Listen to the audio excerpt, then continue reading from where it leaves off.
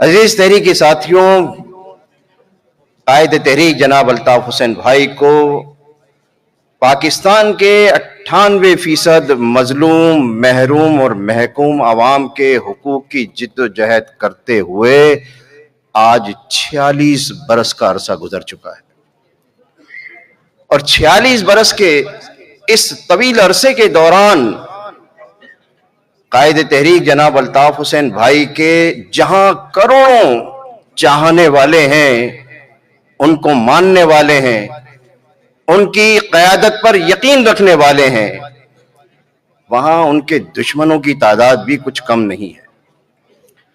اور ہوا یہ، قدرت نے الطاف بھائی پر کرم نوازی یہ کی کہ جس طریقے سے عقاب اپنے دونوں پروں سے اڑتا ہے، الطاف بھائی اپنے چاہنے والوں کے پروں سے اور اپنے مخالفین کی مخالفت کے دونوں پروں سے پرواز کرتے چلے جا رہے ہیں، کرتے چلے جا رہے ہیں، کرتے چلے جا رہے ہیں۔ الطاف بھائی کا قصور کیا ہے؟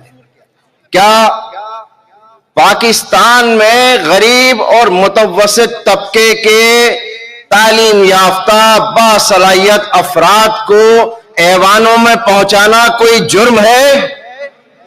آواز نہیں آئی، اور ذرا تو میرے تھوڑا سا اس طرف سے نہیں آ رہی، کیونکہ آواز کا مسئلہ تھوڑا سا ساؤنڈ کا پرابلم ہے۔ کیا الطاف بھائی نے غریب اور متوسط طبقے کے نوجوانوں کو سینٹ میں، قومی اسمبلی میں، صوبائی اسمبلی میں، بلدیاتی ایوانوں میں پہنچا کر کوئی گناہ کیا ہے؟ کیا الطاف بھائی نے موروثی سیاست پر قاری ضرب لگا کر کوئی جرم کیا ہے؟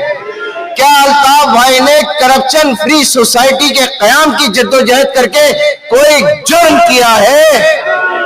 کیا الطاف بھائی نے اپنے بہن بھائی، بھانجے بھتیجے کو الیکشن میں کھڑا نہ کر کے کوئی جرم کیا ہے؟ جب